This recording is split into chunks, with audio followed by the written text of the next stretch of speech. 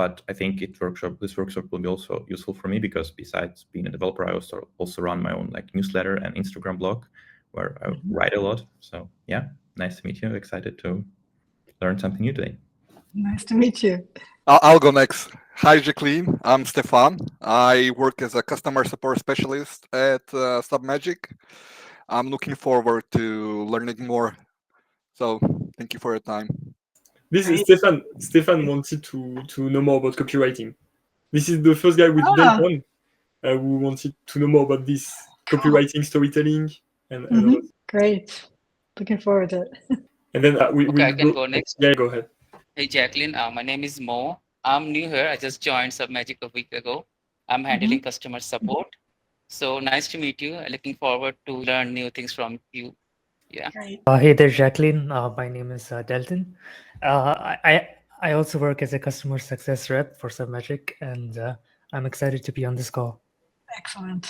Then you have Eli, and then you have Cassie from the SEO team as well, content writer. Hello, Cassie.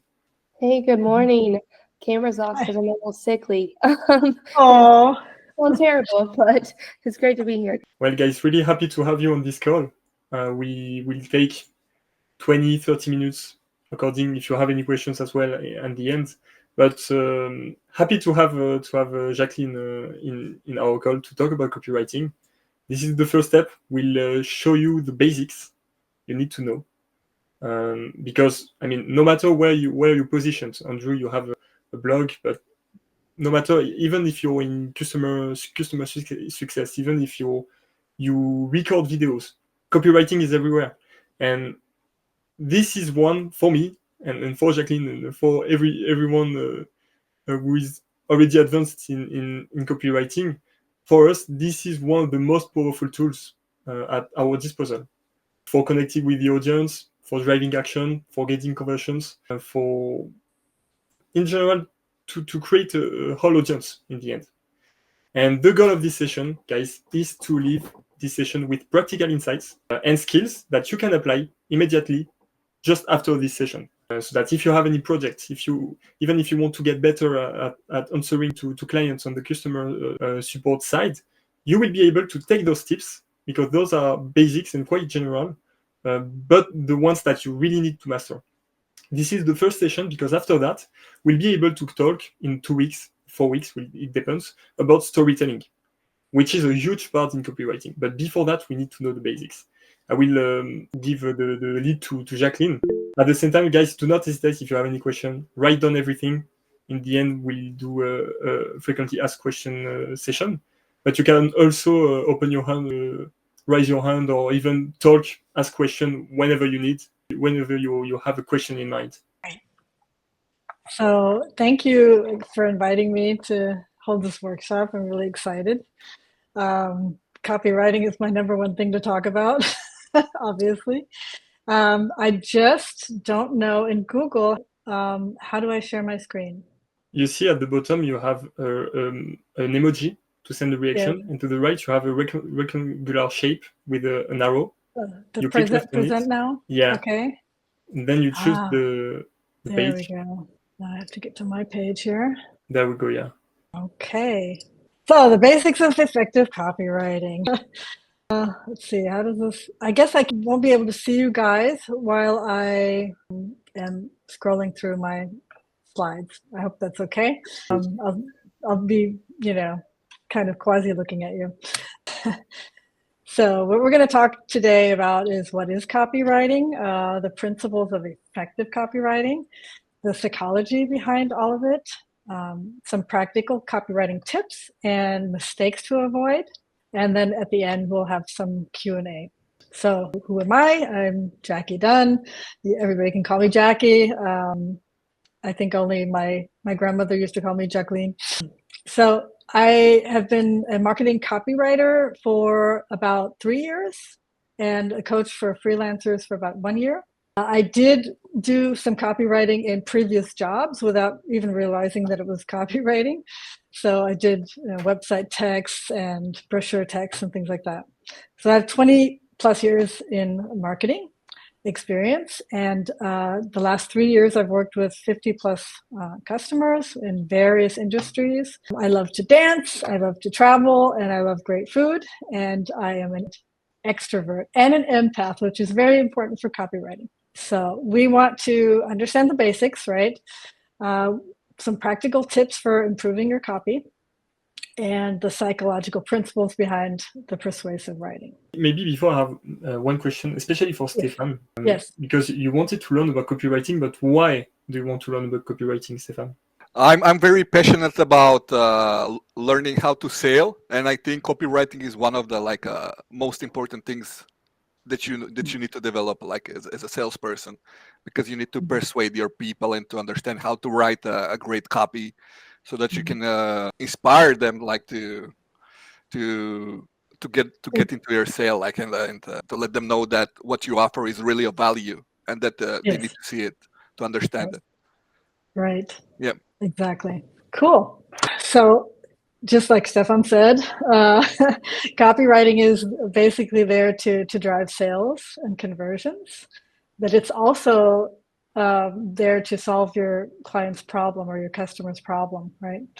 We're not just talking about, hey, these are our features, we're so great, just buy from us. We want to make sure that they understand the benefit of what they're getting out of your product.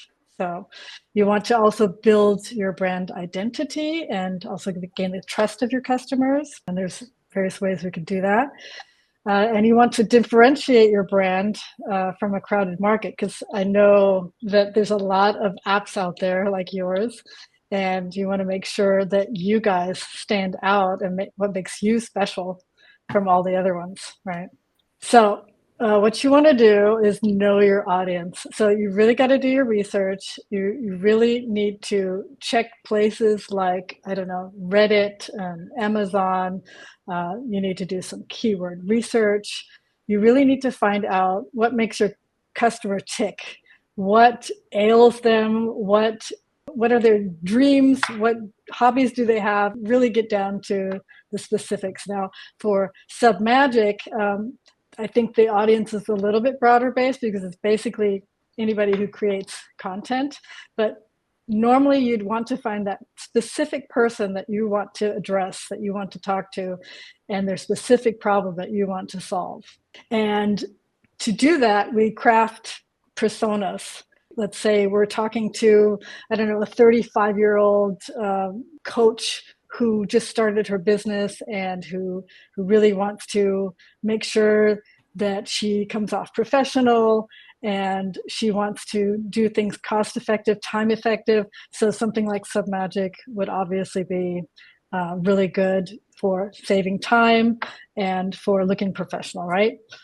And in your first point, I highlight a really good point, because Cassie, you're a coach. Andrew, Jacqueline, you're a coach. Andrew, if I can use the word coach for you, I mean, you can use that. And I'm also a coach, kind of. And the first main point, it might sound obvious to know the audience, but you can't have a good copywriting if you don't use the same vocabulary of as your audience, and you need to definitely. make research before.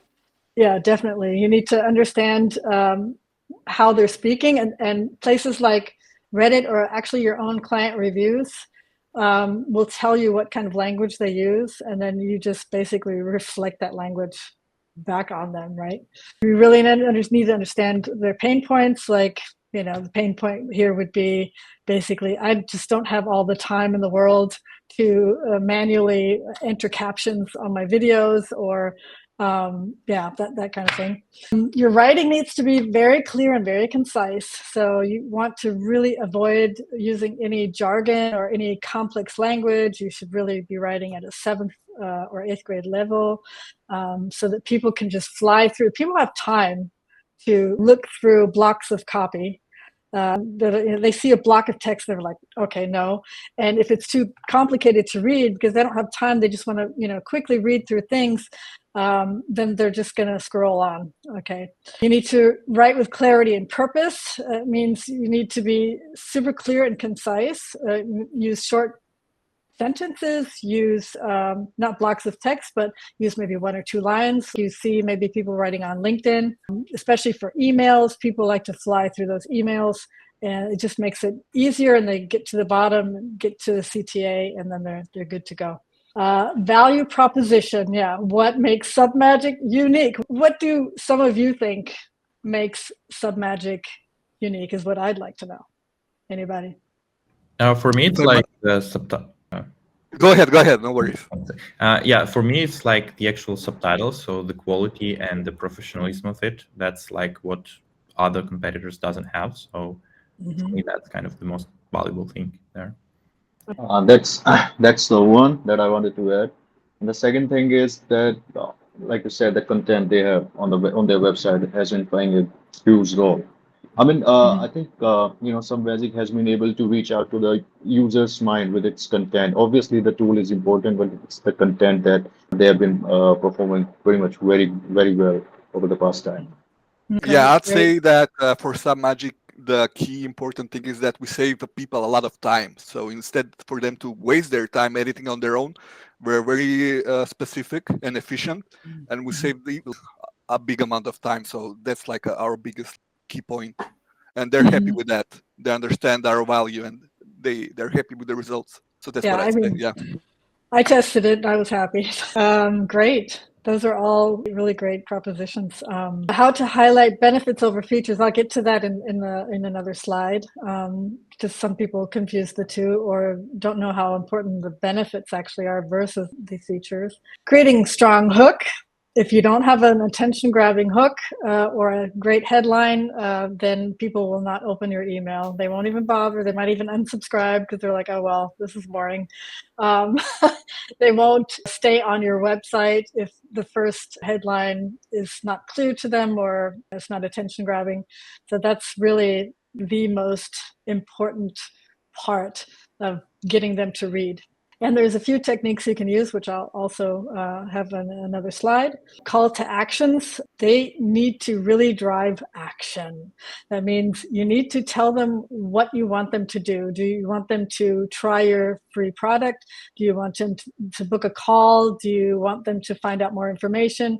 Anytime it's a CTA on your page, on your email, make sure it's always the same CTA. You don't want to have book a call up on the top and more information on the bottom because they'll be like, I don't know what the hell to do. So make sure it's consistent, make sure it's short, and make sure that they know exactly what they need to do. Urgency and scarcity to drive action, meaning this is only available for 7 days, or we only have a few more left, and then people are like, oh God, I have to get it fast. So here I have a little chart that I found on the internet about various different client or customer archetypes. And I have an example of Nike. So they have the hero archetype. They have self-discovery and growth, and they want to prove their worth. And let's talk about the client now. They want to become the best that they can be, and they're in constant competition. They're bold and courageous, and they have leadership qualities. They're brave, they're ambitious, they're confident, and they see themselves as a protector, provider of a higher purpose.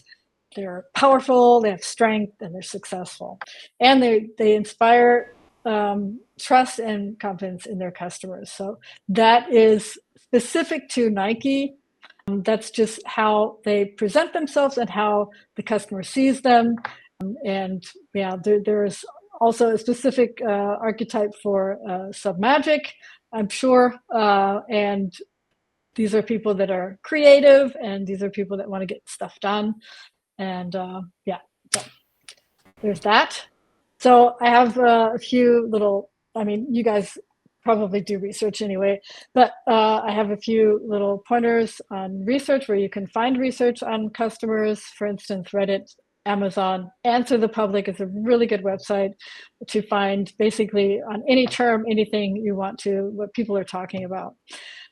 Client feedback, obviously, and surveys are really important. So you should always be sending surveys to your clients or to your customers.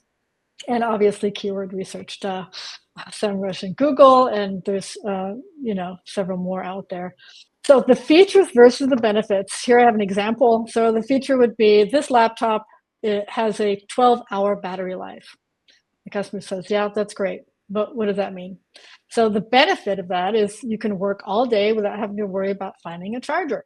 So that's the deeper benefit. And then you have, you don't have to interrupt your work day, or you don't have to take a break. Keep it simple. So I have two examples here of something that's really complicated, like leveraging synergistic methodologies to optimize the core competencies of cross-functional teams will enhance operational efficiencies and drive scalability across verticals. That's a lot. People are going to read that and they're going to go, ugh, I don't know what this means.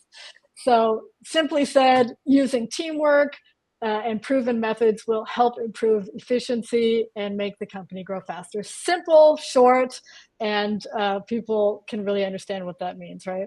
Definitely, and I feel like this is one of the biggest issues with the ChatGPT or AI tools when it comes to copywriting. If you don't put a great prompt, I would say, to copyright something, they will use like crazy words, leveraging, and Dills. I hate that so much. You can immediately tell something that's written by AI these days. And Yes. Some people don't even change it, not a word. And you're just like, oh man, they've ruined like several words that we used to use, elevate and I don't know, discover. And now you're like, oh God. But yeah, that's crazy actually, guys. You see your mails, you will see like some collaboration mails with just the title. You will know that it was made by ChatGPT. Yeah, and then I hope you are doing well. That's always the first line. But unfortunately, I hope you are doing well to everyone. Well, yeah, I mean, it's normal. It's a common thing to say, but it's like it's also AI now. So here's a few. Jackie, Go ahead. sorry to cut you short. Could you just turn back that last slide on? I just wanted to read that last line. I missed that. All right, got it. Thank you. Yeah, thanks. So here are a few examples of good hooks. So you can use like a question, a bold statement, or a curiosity. And so a good question would be, are you making this common mistake that's costing your business thousands? So people are like, hey, wait a minute. Let me see if I made that mistake and maybe I could have made some more money. A bold statement would be, everything you know about marketing is just absolutely wrong. And this will kind of like shock the reader and kind of challenge them to see what does this exactly mean? And I think I need to read further to find out what they're talking about. Curiosity, discover the one secret top freelancers use to double their income overnight, which is kind of ridiculous, but it's just one example. And yeah, that's also, kind of teasing a solution without giving it away. And so they're compelled to read further. And hooks are so essential because there is one metric which happens for every content that you produce online. If you scroll down a short, in 2 seconds, you will decide whether or not you want to scroll down or continue watching. The same for websites. The bounce rate will be super important. If they read the first sentence, they don't understand anything because it's not simple or it doesn't target their pain point, then they will just leave the page in 2 seconds. Oh, yeah, of course. Yeah. No, it's like the number one thing you got to get right, or else everything else that you've written is just not going to be important. That's why it's important to show why or the pain point before the features. And actually at Magic, if you look at our landing pages, it's more about the feature first. Then we highlight the why it's important, but we should put the why just at the beginning. Just the first sentence you see, you read, it should be the pain point. This is something we have to work on. It really should. Yeah, that's probably because I know you're like looking at other competitors to see how they set up their page, how they're writing it, and a lot of them are doing it that way, right? Yeah, so, I mean they don't highlight the pain point. It's just the feature itself. Right. So to make yourself different, you guys can put the benefits first and then go from there. Obviously, they're going to want to know, wait a minute, what are they even selling? Right? What is SubMagic? What are they even selling? But obviously, they've keyword researched it to find something to help them, I don't know, make shorts or whatever, and then they come to your website. But yeah, that's the idea. So here's some good CTAs that you can use in general, just some examples. Make sure they're consistent, like I said before.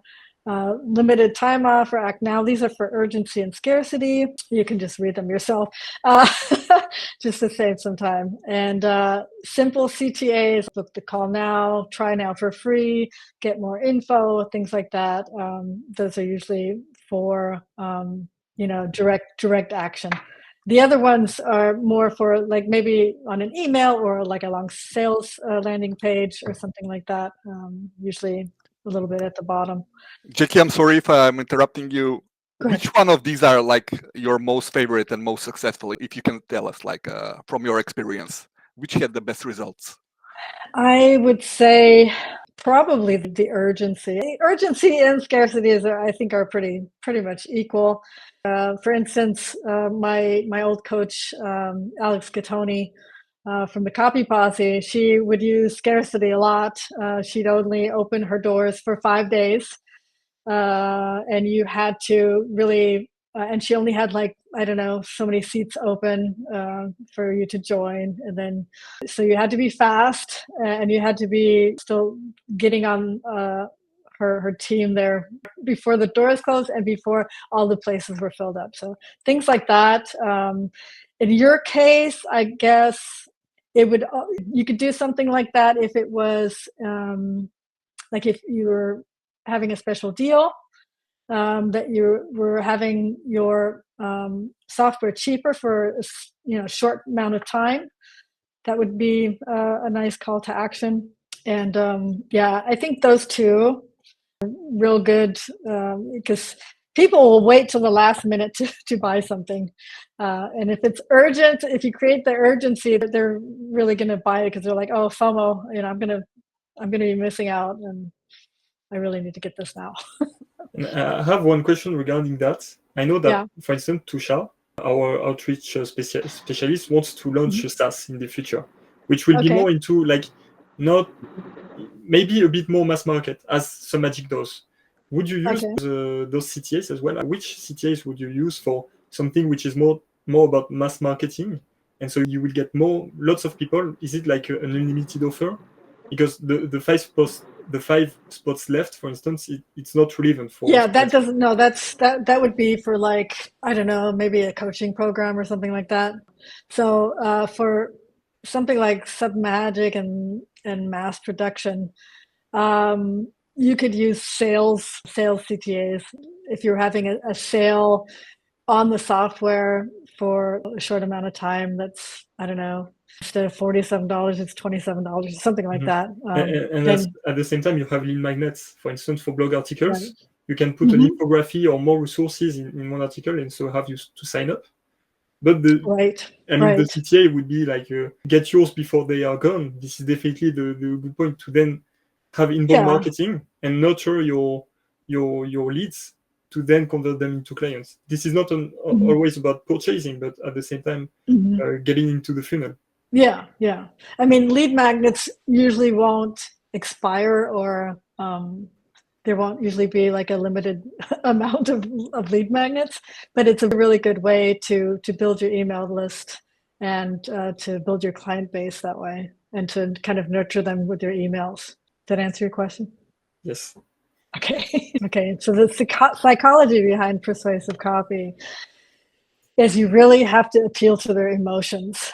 And now, if you think, I don't know, if you think even B2B companies, there's still a person behind that company that's going to be reading your website, and you're still going to want to appeal to their emotions. It's not only are you appealing to the company, but there's that representative that's going to, he's going to be the deciding factor. So you really have to tap into, what solves their problem? What problem do they have? What solves their problem? And what is the fear behind the problem that they have? What would make them happy about solving their problem? And then maybe a sense of community, like there's other people that have these problems too, and here are some stories to kind of tell you what these people have experienced, and that they're actually satisfied with what you've offered them, the solution, which brings me to storytelling. Yeah, it's a very, very powerful tool. People love to hear stories, and they love to hear like hero stories where people have like, you know, almost living on the street, and then they find this wonderful coach, let's say, or they find this wonderful program, and they didn't have to scrape together the money, and they took this program, and within 3 months they were at 10K a month or something like that. You know, that's kind of like a standard story, but there's so many other stories out there from creators, you know, their own personal ones that really inspire people. And once you pick up those emotions, people are a lot more willing to reach into their pockets and you know, buy from you. Social proof is so collect as much as you can, powerful testimonials, reviews, and do some case studies. You know, for instance, if you're coaching somebody, you can, you know, make a case study on their journey, or you can make a case study on how, for instance, a creator's numbers have improved on social media, and put that on your website. Anything that you can use like that is really, really powerful, because people want to see that other people have actually had success with this. Other people have bought this and they were super satisfied. You know, get those 5 stars, because without that, there's not much you can do. Also, you can use authority figures and influencers. I don't know if that would be fitting for Submagic to use an influencer, but maybe. You never know. Hey, Jackie, I'm sorry to interrupt you. I'm the lead person for getting reviews at Submagic, and I wanted to ask you maybe, what is your experience? Which one do perform better? Is it the written reviews or the video reviews from your past experience? I would say video reviews. Reviews? Mm-hmm. Yeah, I think video reviews, you know, they just display the emotion of the client, and the inspiration. You can just see it in the person's eyes, rather than reading. But I mean, both are good, but video is definitely better. Awesome. So short video reviews. Yeah. That's the way. Yeah. Thank you. Yeah, Thank you. definitely. Thank you. You're welcome. Like the lead magnets that Leo was talking about, that builds goodwill. Even, you know, blog articles talking about maybe even like little bit of tips or instructions on how to use the software or whatever. Anything that is of value and you can provide for free will definitely build a lot of trust with your customer, and get them to want to get on your website and check everything out that you have. Scarcity and urgency, we've talked about this. Limited time offers, exclusive deals, yeah, and the fear of missing out. Yeah, we've already talked about that. So editing and refining. So when you're writing copy, you're going to want to kind of let your thoughts flow and your writing flow, and not edit anything while you're doing that. So, because once you start editing, you're going back and you know, that doesn't sound right or whatever, then your train of thought gets lost, the flow is gone, and then you just want to start over. So write everything down that you think you need to say, and then go back and then start editing, and then maybe even let it sit for a day. Because the next day you look over it and you'll see things again that you might want to improve or change. Obviously, you know, the headline is the most important thing. A lot of copywriters will first write all the copy and edit it and so forth, and then they'll go back and say, what kind of headline could I write? They don't usually start with the headline. They usually start with the copy, because it kind of like generate the headline out of what you're writing, because you want to make it kind of like a short mini summary of what you're wanting to say, and then make it something compelling. You need to tighten it up. Don't talk, you know, don't use a lot of fluff words. Y'all know what fluff words are. And make the sentences as short as possible, as simple as possible, so that people have no problem just flowing right through your copy and understanding what you want. Use an active voice. What? Go ahead. I have a question for Cassie, if you're here, Cassie. I saw a LinkedIn post because you talk about fluff words, Jacqueline. And I know that, Cassie, do you have any techniques to avoid fluff words? Like because in the past, you said on LinkedIn that you used it, like everyone. But how can you remove fluff words from your vocabulary and from your writing? That post was talking about, I think I commented on someone else's post. One of my English teachers way back in high school had everyone write out dead words. So like the word that, off the top of my head, I can't remember all the other ones. But if you could that is the biggest one. So that is the biggest one. Yes. It's basically if you can rephrase the sentence without that word, you don't need it. That's really the only thing I can tell you about that. Yeah. At the moment. That's the best explanation. And using an active voice is something like, instead of saying the bananas were gotten at the store, you say, I got the bananas at the store.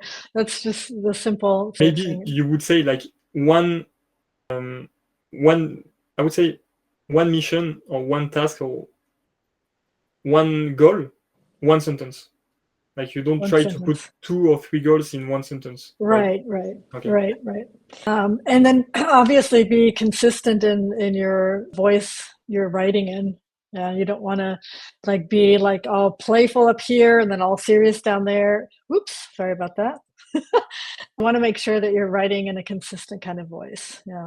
It should be 7th grade level, usually we say, just so that it's simple enough that people can fly through your copy and get to the CTA. A/B testing, you probably already know what that is, but you're testing 2 groups of subsets in your client base or your email list, and you want to test out different headlines, different CTAs, and different body copy, so that you can see which ones have more clicks, which ones have more conversions, which ones have more, what do you call it?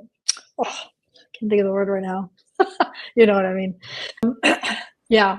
So you have to, marketing is not like, we're going to get you these number of conversions. That's not how it works. It's kind of like, sometimes it's like Russian roulette. You just have to test out what flies, and sometimes stuff doesn't work, and then you just have to test out, maybe it's the headline, maybe it's the body copy, and so forth. And what's crazy is that one word in one page can change everything. Oh yeah. Whether it's good or bad. Oh yeah.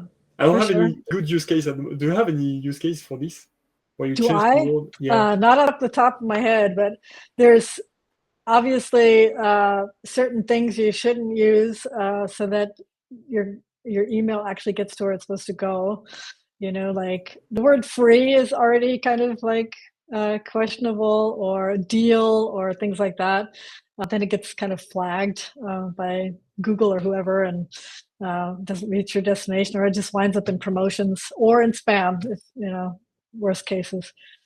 So you really got to watch those special trigger words that your email gets to where it needs to go. GK, I got a question. Does the testing ever stop, or you constantly are testing like new pitches all the time? Maybe you changed one and this one is performing good, so you write a new copy and test the new one with the old one.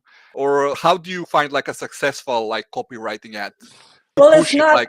Yeah, I mean, you're writing emails, for instance, for a client, and you're writing, I don't know, 2-3 emails a week.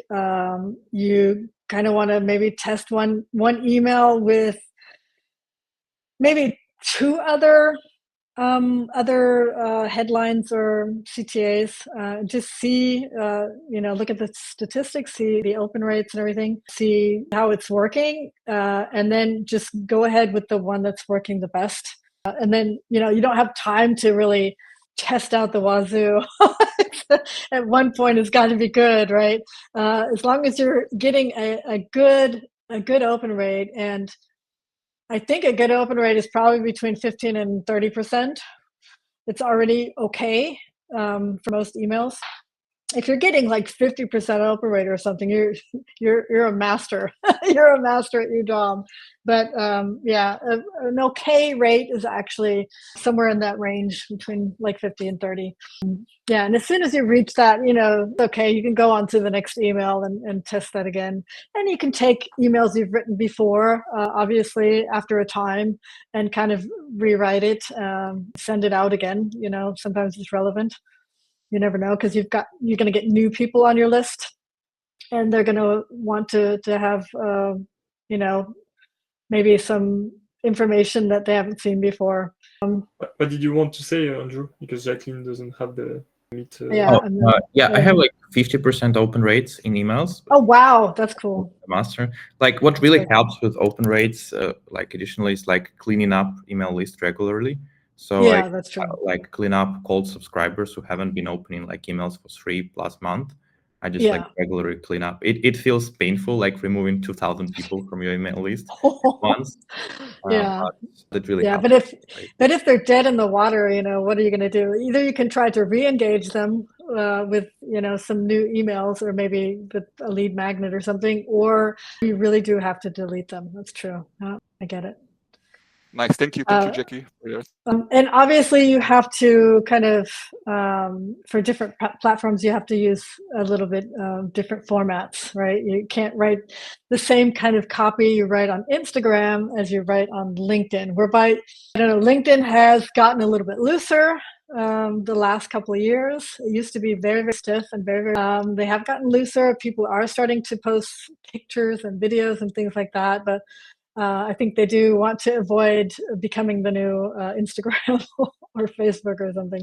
So you really want to watch how the tone of, you know, you're writing. Social media, Instagram can be a little bit more, I guess, casual maybe, and LinkedIn, you want to kind of make it slightly more professional, just so that you have that in mind, that you can't really distribute what you've written everywhere the same way, especially since there's a limit on LinkedIn and on Instagram of how many words you can put in there. So sometimes it's kind of tricky, and you just have to shorten it.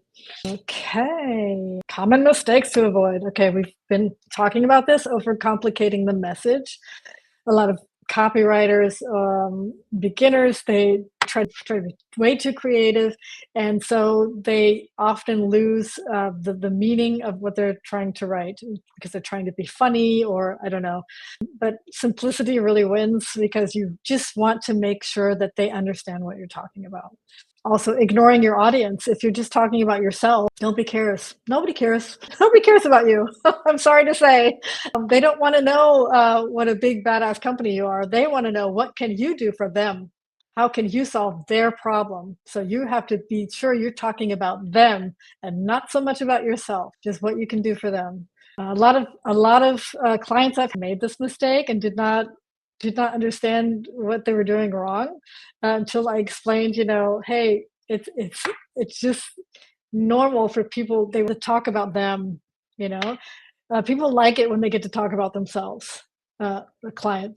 So a lot of people make that mistake, and it's not that hard actually to turn that around. Weak headlines, we've talked about that. If you have a weak headline, well, it's just sunk in the water. And vague CTAs, if they don't really know what they're supposed to do, what action are they supposed to take, or if you don't have any CTAs at all. I've seen this as well. They're like, oh yeah, nice information, okay, bye. So that leads to a lot of missed opportunities for sure. So practice makes better. That means if you really want to get into copywriting, if you're really passionate about it, then try to write some piece of text every day, whether you're writing a blog post, or you're just journaling for yourself, or you're just practicing copy. You get an idea and you're like, oh, okay, let me just write this down. Let me just write about this. And, the more you practice, the more savvy you're going to get, and the more you're going to be able to cut out the fluff, and it makes better. Doesn't make perfect, because when you start writing copy, it's going to be crap. It's always crap in the beginning because you just have to refine and refine until you have something that's will attract people. And I have a few resources for you here. Alex Catoni, my favorite copywriter in the world. I did several programs with her. She's really a top copywriter in the world these days, and her YouTube videos are obviously all free, and she's got I don't know, hundreds I think by now. Chris Do is a master of marketing. and sales. So you're going to want to check him out. He's got a lot of free YouTube content that is like really like intense training. So if there's something for free out there you can definitely use if you want to get your sales going on better. And I think every copywriter should have the Copywriter's Handbook by Robert Blythe. That's like the Bible. It's like the very first book I read, and from what I understand, it's like the Bible, the first book that every copywriter should read, or maybe does read. Yeah, exactly. So I hope this was informative for you. I hope that you enjoyed it. I really loved your questions, and I'm open for any questions you might have. Oh, I got a question. Do you happen to have any examples that you can show us from your copy so that we can From my learn? copy? Yeah. Any Well, examples? yeah.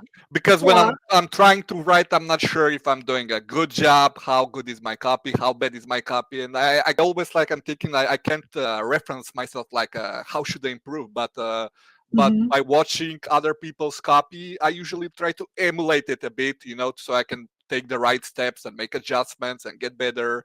So Mhm. I generally love to read like other people copies and learn. I learn usually that way from other people. Okay. I understand. Yeah, sure. I mean, you can literally, like, let me see here. Wait, oops. So this is how you can connect with me, right? Website, my Instagram, my LinkedIn, and you can actually posts on LinkedIn, for instance, and on Instagram. You can actually go to those and read some of those and actually get a little bit of inspiration from them, because sometimes I'm storytelling my own stories, and at the end I've got my CTA that kind of like ties into that.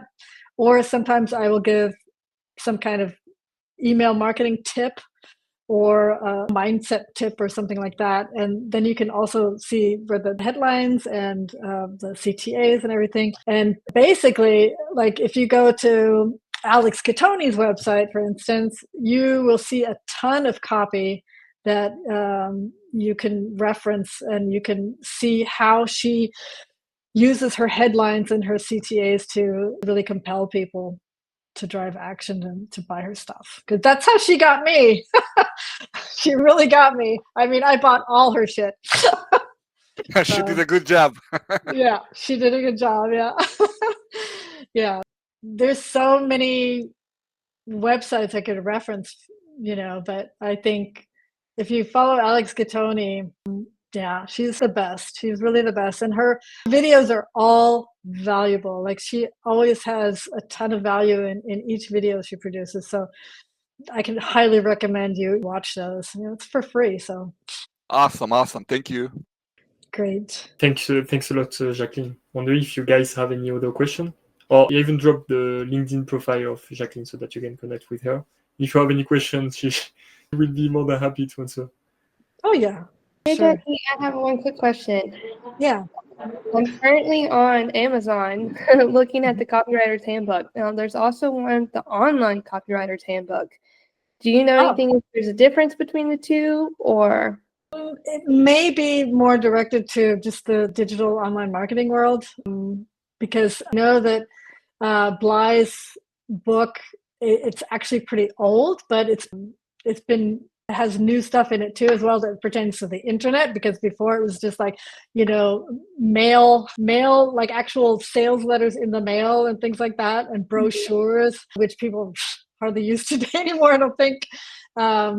It's been adjusted to the newer time, but maybe that's a little bit more on the digital marketing side. It's possible. I don't know. I don't think I've heard of that one. Okay, I just wondered. It's only on. Well, I'm sure it's on Amazon too, but Thrift Books has it popped up. So Oh yeah, cool. Yeah. I've got a question. Like we discussed in this chat, it's good to use as simple words as possible in your copywriting. Is that Yeah. correct? But Yeah. the thing is, do you think it kind of depends on the area, like the kind of people we are targeting? For like, Of course. Of course.